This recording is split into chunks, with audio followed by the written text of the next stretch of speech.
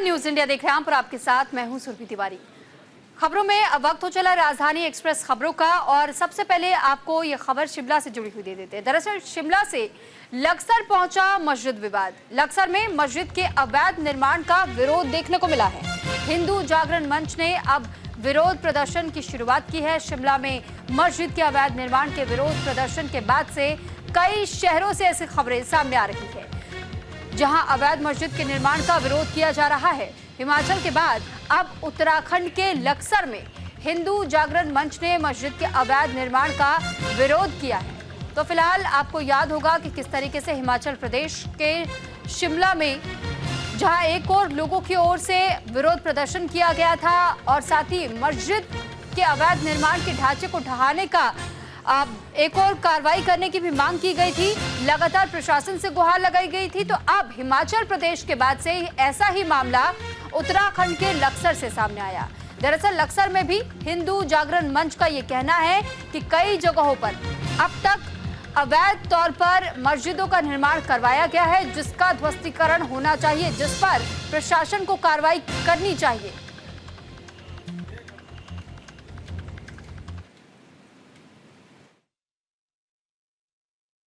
देखिए, इनको असल में पहले ही बोला था जो मस्जिद बननी एक थोड़ा सा स्ट्रक्चर बना है ना, तो इनको पहले बोला था इसके बाद अब स्ट्रक्चर अभी नहीं बनाएंगे जब तक आपने प्रॉपर अनुमति नहीं ली है। तो कुछ दिन पहले शायद यहाँ पे दीवार बनाती तो हमने हटवा दी थी। अभी हमको शिकायत मिली कि इन्होंने जो आगे इसको बढ़ा दिया है, इसमें कुछ टीन शेड वगैरह कर दिया। तो आपके सामने ही उसको टीन शेड को हटा दिया है, थोड़ा सा बच गया। तो उनकी आज जो है लाइट की मरम्मत हो रही है, इधर से जो विद्युत विभाग है कुछ मरम्मत का कार्य कर रहा है, इसलिए शायद 5:30-6 बजे तक लाइट आने वाली नहीं है। तो कोई अनुमति थी नहीं है, वही इसीलिए तो नहीं है कि इनका कहना है कि अनुमति है, लेकिन ऐसी कोई अनुमति है नहीं, क्योंकि एनओसी जो है वो नगर पालिका देता है। नगर पालिका कोई एनओसी नहीं है, यहाँ पे नगर पालिका के लोग भी हैं, कोई एनओसी है नहीं। और अगर कुछ है तो वो आ जाएंगे तहसील में। मैंने बोल दिया कल 11 बजे आपका जो भी पक्ष है, जो भी आपके पास अपने पेपर है, उसको लेकर आप 11 बजे एसडीएम साहब से। लेकिन हमारा कोई पत्र देखने के लिए भी तैयार नहीं है। अच्छा जी, और इनका कहना है कि ये तुमने बाद में करा, ये पहले करा। हम तो जब से हमारी मस्जिद सही हुई थी, जब से हम जो है टीन टान लगा करके इसमें नमाज पढ़ते चले आ रहे हैं।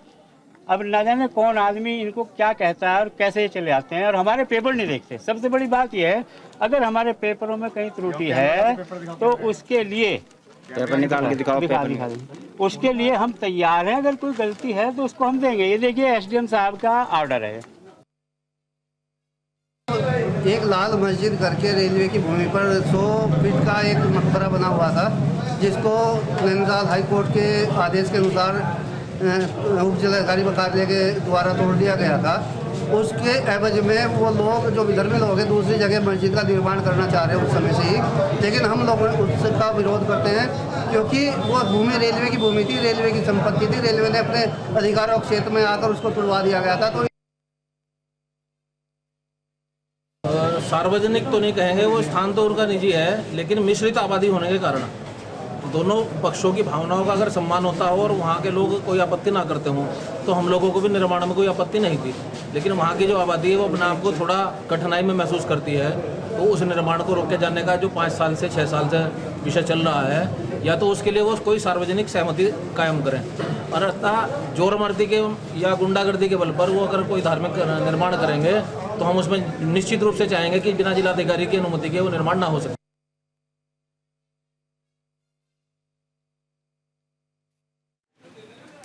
तो फिलहाल देखिए जिस तरीके से अब तक ये पूरे मामले सामने आ रहे हैं, अवैध रूप से किस तरीके से कई जगहों पर अभी भी अवैध मस्जिदों का निर्माण हो रहा है और इसको लेकर के विरोध जगह जगह पर देखने को मिल रहा है।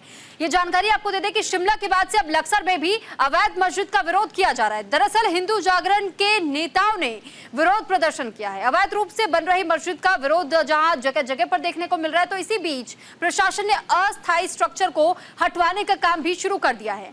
बिना अनुमति के जहां भी मस्जिद का अगर निर्माण करवा करवाया जाता है तो सबसे पहले उसकी जांच की प्रक्रिया पूरी की जाएगी और अगर वो अवैध किसी भी तरीके से पाया जाता है तो फिर इसके खिलाफ सख्त कदम भी उठाए जा रहे हैं।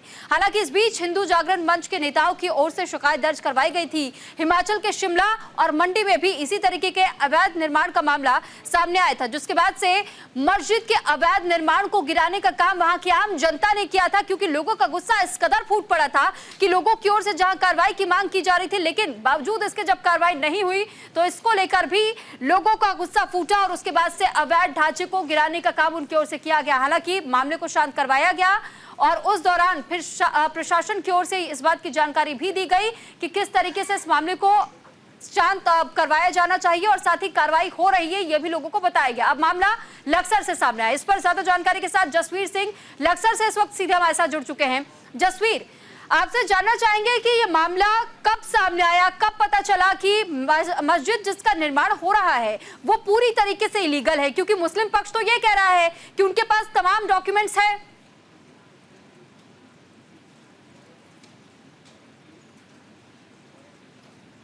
अभी तक केवल वहां से एक खोखानुमा यानी एक छोटा सा टीन का स्ट्रक्चर खड़े करके उसमें बच्चों को पढ़ाया जा रहा था।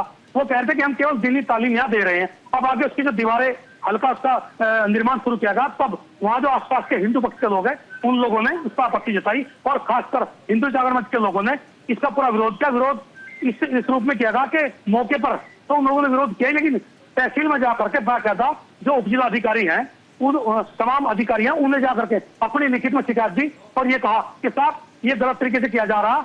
ये भी आरोप लगा कि इस पूरी भूमि पर नई मस्जिद बनाने के लिए कोई अनुमति नहीं ली गई है। खासकर जहां नगर पालिका क्षेत्र हो या फिर ग्राम पंचायत का क्षेत्र हो, उसमें नगर पंचायत प्रशासन की एनओसी जरूरी होती है। यही बात तहसीलदार ने अपने वक्तव्य यानी कि अपनी बाइट में कहा है कि इनके पास कोई अनुमति नहीं है, इसलिए उस निर्माण को जो उन्होंने किया था हटवा दिया गया है और आगे इस पर रोक लगा दी गई है। दूसरी तरफ मुस्लिम पक्ष कह रहा कि हमारे पास तो कुछ ऐसे दस्तावेज हैं जो हम अपनी लैंड पर मस्जिद बनाना चाहते हैं। तो ये दोनों पक्षों को लेकर के प्रशासन ने पूरे मामले की जांच भी बैठा दी है और साथ में ये कहा कि अग्रिम कार्रवाई तक कोई भी पक्ष वहां किसी प्रकार का कोई विवाद कोई दशहरा नहीं करेगा। और यानी जसवीर, आप ये कह रहे हैं कि वहां से उस अवैध निर्माण को हटा दिया गया है, ये सिद्ध हो गया है कि वो अवैध तौर पर उस मस्जिद का निर्माण करवाया जा रहा था, क्योंकि मुस्लिम पक्ष अपने ओर से दस्तावेज पेश करने की बात कर रहा है। असल में जो दस्तावेज मुस्लिम पक्ष पेश कर रहा है, हिंदू पक्ष का कहना है कि ये वो दस्तावेज बहुत पुराने हैं और लेटेस्ट, इसमें कोई आदेश नहीं है। ये तब के हैं जब एक अन्य मस्जिद यानी जो रेलवे के नाले पर बनाई गई थी, उसे रेलवे विभाग ने हाईकोर्ट के आदेश यानी कोर्ट के आदेश पर वहां से हटवा दिया था। तो तब मुस्लिम पक्ष को कहा गया था कि यदि वो अपनी मस्जिद कहीं बनाना चाहते हैं तो तब प्रशासन ने उन्हें एक अनुमति दी थी कि वो अपनी लैंड पर लोगों की सहमति के आधार बना सकते हैं। वो तब की बात है, ये मसला अब का है। और अब एक तर्क और हिंदू पक्ष दे रहा कि यदि 500 मीटर के दायरे में कोई और मस्जिद हो तो उसे नई मस्जिद नहीं बनाई जा सकती। और फिर अगर ऐसा है भी है तो वहां मिश्रित आबादी है और जो दूसरी यानी दूसरे पक्ष के लोग हैं यानी दूसरे वर्ग के लोग, यदि उन्हें कोई आपत्ति ना हो तो निर्माण कर सकते हैं, जबकि दूसरे पक्ष के लोग आपत्ति है तो ऐसे ना कहीं माहौल खराब हो सकता है। जिस तरह से हिमाचल में मामला सामने आ और उत्तर प्रदेश में भी कई जगह इस तरह के मामले सामने आ चुके हैं जहाँ कहीं ना कहीं बड़े बखेड़े बड़े बवाल हुए हैं। तो वो ठीक है जसवीर, चलिए बहुत धन्यवाद आपका तमाम जानकारी हम तक पहुंचाने के लिए। तो फिलहाल देखिए जिस तरीके का मामला इस वक्त अब लक्सर में भी गर्माता हुआ नजर आ रहा है। दरअसल मामला मस्जिद को लेकर के बताया जा रहा है कि एक और जहां एक पक्ष ये दावा कर रहा है कि उनके पास दस्तावेज है, तो दूसरा पक्ष ये कहता है कि तमाम दस्तावेज बेहद पुराने हैं। अब अगली बड़ी खबर हरिद्वार से जुड़ी हुई है। हरिद्वार के हेल्थ केयर सेंटर में तोड़फोड़ का मामला सामने आया है। रोशनाबाद में चल रहे कई अवैध क्लिनिक और महिलाओं के गर्भपात के दौरान हालात जिस दौरान गंभीर हुए तो इसको लेकर ही अब लोगों का गुस्सा फूट पड़ा है। डॉक्टर की लापरवाही पर कई गंभीर आरोप लोगों की ओर से लगाए जा रहे हैं। लोगों का गुस्सा इस कदर फूटा है कि प्रदर्शन लोगों की ओर से किया जा रहा है। हेल्थ केयर सेंटर में गुस्साए लोगों की ओर से यहां तोड़फोड़ भी की गई है। हालांकि इस वक्त वो डॉक्टर फरार बताया जा रहा है जिसकी लापरवाही के चलते एक व्यक्ति की जान गई है। तो फिलहाल एक महिला को लेकर के खबर सामने आई थी और ये बताया जा रहा था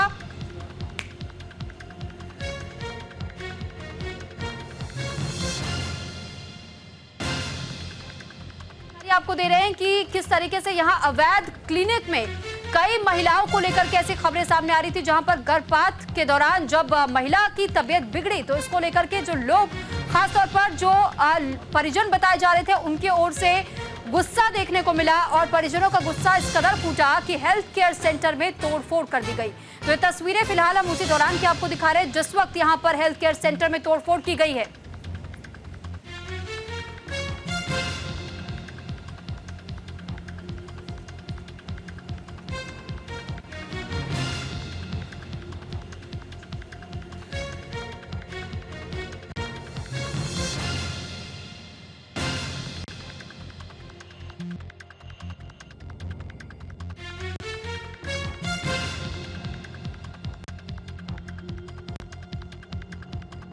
फिलहाल ये जो खबर आपको हम बता रहे हैं, दरअसल ये हरिद्वार की खबर है। सिडकुल में हेल्थ केयर सेंटर में देर रात स्थानीय लोगों ने तोड़फोड़ की।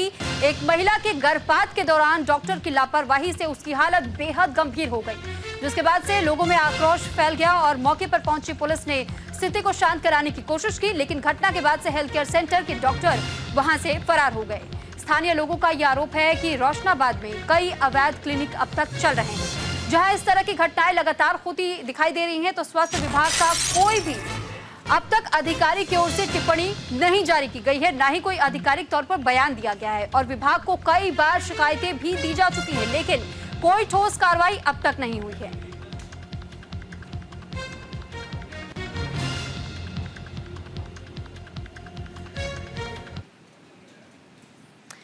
और अब खबरों में आगे बढ़ेंगे। खबर उत्तराखंड से ही जुड़ी हुई। उत्तराखंड में दूर होगी बिजली मीटर की खामियां, यानी मीटर टेस्ट लैब को अब अपग्रेड किया जाना है। ऊर्जा निगम ने ईसी रोड के पास इसे अपग्रेड करने के निर्देश जारी किए हैं। एनएबीएल से पहली सर्टिफाइड लैब ये बताई जा रही है। एमआरआरए की ओर से इस बात की जानकारी साझा की गई है। लैब में सभी प्रकार के होते हैं इलेक्ट्रिकल टेस्ट। तो उत्तराखंड में अब बिजली मीटर के खामियां तेजी के साथ में दूर की जानी है और इसके लिए ऊर्जा निगम ने ईसी रोड के पास मीटर टेस्ट लैब को अपग्रेड करने का निर्देश जारी कर दिया है। यानी कि अब यहां पर तमाम जो लैब्स रहेंगे उनकी ओर से जो मीटर लगाए जा रहे हैं, पहले उसकी जांच होगी और उसके बाद से इसे अपग्रेड किया जाएगा। तो वहीं ऊर्जा निगम के निदेशक परिचालन एमआरआरए ने इस बात की जानकारी भी साझा की। उन्होंने बताया कि ये एनएबीएल से पहली सर्टिफाइड लैब है और इसमें सिंगल फेज मीटर की टेस्टिंग के लिए 20 पोजीशन टेस्ट बेंच स्थापित भी की गई है, जबकि 3 फेज मीटर की टेस्टिंग के लिए 10 पोजीशन टेस्ट बेंच उपलब्ध करवाए गए हैं और इसमें लैब में भारतीय मानक के अनुरूप सभी प्रकार के इलेक्ट्रिकल टेस्ट भी किए जाते हैं। और इसको लेकर के जो जानकारी अब सामने आई है, अपग्रेडेशन की प्रक्रिया जल्द ही शुरू कर दी जाएगी।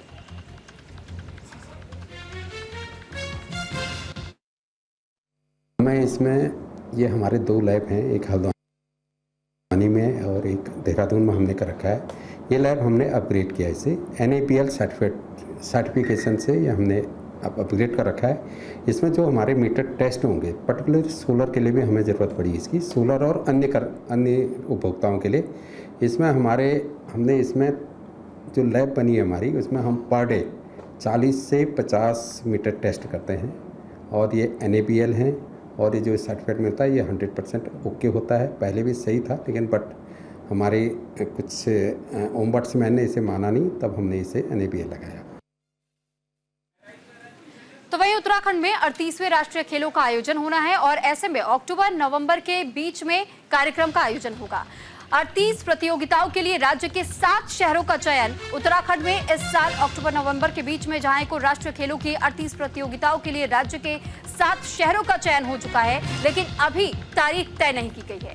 कैबिनेट मंत्री रेखा आर्य ने इस बात की जानकारी साझा करते हुए बताया कि सरकार और विभाग की ओर से केंद्रीय खेल मंत्री मनसुख मंडाविया और भारतीय ओलंपिक संघ की अध्यक्ष पीटी उषा को भी तैयारियों के संबंध में अवगत करा दिया गया है और राष्ट्रीय खेल कराने में उत्तराखंड पूरी तरीके से इस वक्त तैयार हो चुका है। तो उत्तराखंड में भी अब लगातार देखिए खेल कार्यक्रमों का आयोजन होना है।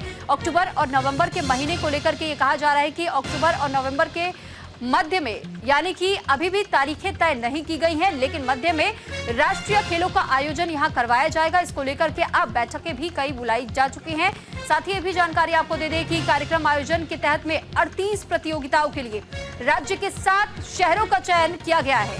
हालांकि अब तक भी इसकी भूमिका पूरी तरह स्पष्ट नहीं हो पा रही है। आधिकारिक तौर पर अब तक सरकार के ओर से, प्रशासन के ओर से भी इस पर टिप्पणी सामने आने का इंतजार किया जा रहा है, क्योंकि इस पूरे मामले को लेकर के बताया जा रहा है कि राष्ट्रीय खेलों की जहां 38 प्रतियोगिताओं के लिए राज्य के 7 शहरों का चयन हो चुका है, लेकिन तारीखें तय नहीं हो पाई है। तो कैबिनेट मंत्री रेखा आर्य ने इस बात की जानकारी दी है।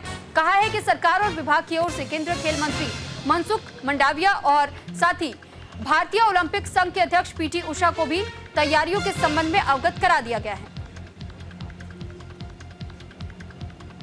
गेम को लेकर, नेशनल गेम को लेकर जो अपडेट है वो यही है कि मेरी पीटी उषा जी से मुलाकात रही और पीटी उषा जी ने इसको लेकर आश्वासन भी दिया, सहमति भी दी कि हम जल्द से जल्द जो है वो डेट डिक्लेरेशन का काम करेंगे। मुझे बहुत भरोसा है कि बहुत जल्द से जल्द ये होगा। और चूँकि यदि हम कहें कि इसकी तैयारियों के संदर्भ में, तो सरकार की ओर से, विभाग की ओर से तैयारियों की पूरी डिटेल मैंने माननीय केंद्रीय खेल मंत्री जी को भी दे रखा है और पीटी उषा जी को भी हमने बता दिया है कि विभाग पूरी तरह से जो है अवस्थापनाओं के विकास में पूरी तरीके से तैयार है। हमें नेशनल गेम कराने में हम पूर्णतः सक्षम हैं और इसलिए हम प्रत्याशा में हैं कि जल्द से जल्द तिथि की घोषणा होए और हम उसकी तैयारियों को जोर शोर के साथ में कर सकें। अगली बड़ी खबर लक्सर से है। लक्सर में सड़क निर्माण की अब मांग बढ़ चुकी है। सड़क निर्माण के साथ नाली के निर्माण की भी मांग की जा रही है। स्थानीय लोगों ने एक और जहां एसडीएम की ओर से मांग की है, तो ये बड़ी खबर इस वक्त हम आपको बता रहे हैं, जहां एसडीएम से लगातार स्थानीय लोगों की ओर से मांग की जा रही है। सड़क निर्माण को लेकर के धांधली का आरोप इससे पहले भी स्थानीय लोगों की ओर से लगाया जा चुका है और लक्सर के 8 संत कॉलोनी में नगर पालिका में हाल में एक सीसी सड़क का निर्माण करवाया जा रहा है और इस सड़क के निर्माण को लेकर के स्थानीय निवासियों का आरोप ये भी है कि सड़क निर्माण में धांधली की जा रही है। साथ ही सड़क किनारे नालियों का भी निर्माण नहीं करवाया जा रहा है, तो नालियों के निर्माण न होने से उनके घरों में गंदा पानी घुस रहा है, जिसको लेकर के संत कॉलोनी की दर्जनों भर महिलाएं आज एसडीएम के दरबार पहुंची और सड़क के साथ साथ ही नाले के निर्माण कराए जाने की लक्सर एसडीएम से मांग भी की है। तो वहीं एसडीएम गोपाल सिंह चौहान का ये कहना है कि इस मामले में उनकी नगर पालिका की ईओ से भी बात हो चुकी है, लेकिन अब तक भी कार्रवाई इस मामले को लेकर के नहीं की जा रही। यानी एक और जहां स्थानीय लोगों की ओर से लगातार इस बात को लेकर के गुहार लगाई जा रही है अधिकारियों की ओर से, लेकिन अधिकारी अभी भी कुंभकर्णी नींद सोए हुए हैं और इस पर कार्रवाई नहीं हो रही है। कोतवाली के सामने सड़क बनी थी, वो 1 महीना भी नहीं चली और क्या नाम, अब जो है इन्होंने आम के बाग के दौरे सड़क बनाई है और क्या नाम, वो इतनी ऊंची बना दी है कि हमारी कॉलोनी में पानी भर रहा है, घरों में पानी भर रहा है। उसके वजह से हम बहुत परेशान हो रहे हैं, बच्चे गिर रहे हैं। पहले मतलब बनी थी, लेकिन वो ठेकेदार सही नहीं था और उसने रोड मसाला पूरा नहीं डाला, तो वो रोड फिर शुरू होगी। 2 महीने रोड बनी को हो गए, फिर भी ठेका उन्हीं को दे दिया।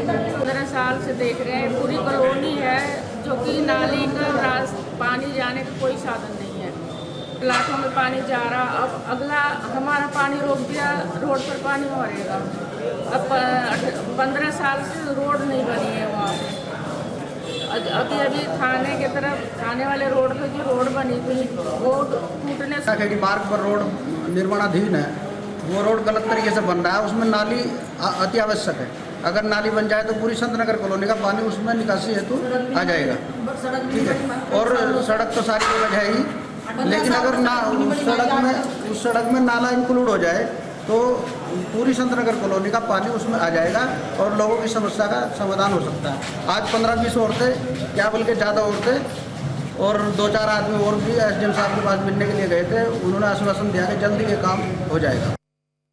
महिला आई जरूर थी, लेकिन मेरे पास वो पानी के इशू के लेके आई थी कि जल निकासी की वहाँ पे समस्या हो रही है, वहाँ पे जल भरा हो रहा है। तो मेरी इस संबंध में ईओ साहब से वार्ता हुई है। उन्होंने कहा कि अभी हमारे पास बजट नहीं है, लेकिन जैसे ही बजट आएगा प्रायोरिटी में हम इस काम को कर देंगे। इसके अलावा जो ठेकेदार के संबंध में जो शिकायत है, मेरे को भी वो शिकायत प्राप्त नहीं हुई है। अगर मेरे को शिकायत प्राप्त होती है तो इसमें जाँच करवाएंगे।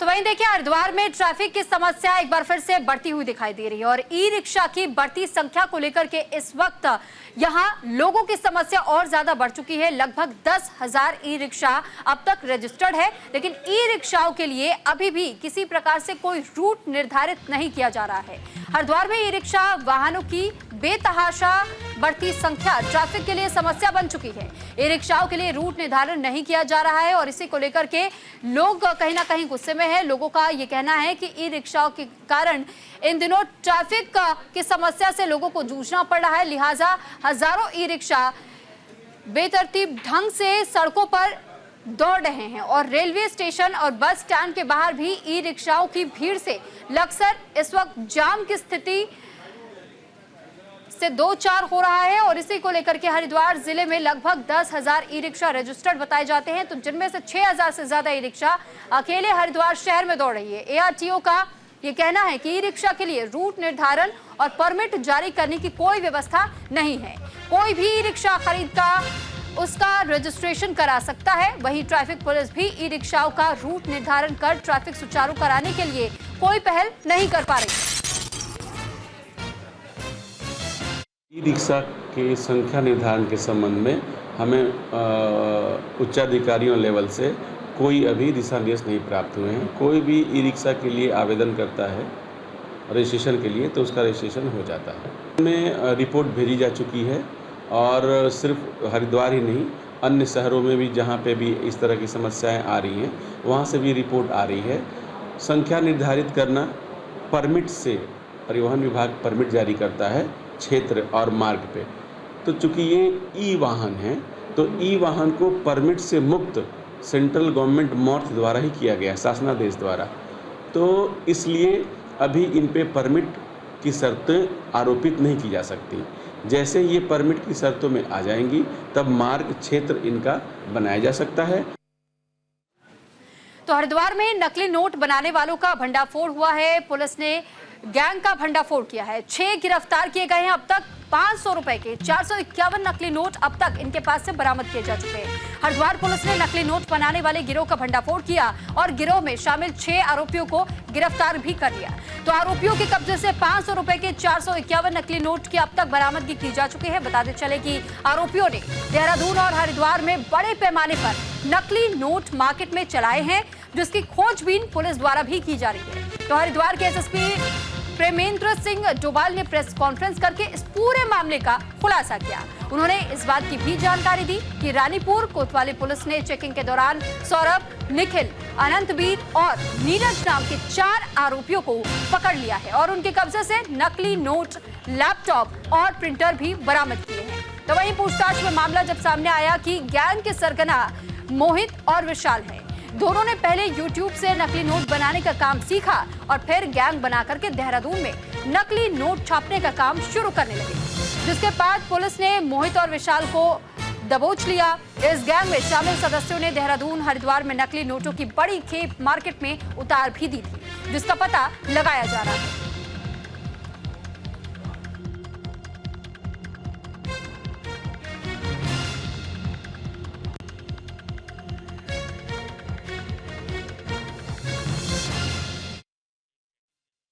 में सुमन नगर के पास में चेकिंग के दौरान जो 2 लोगों को पुलिस के द्वारा रोका गया था।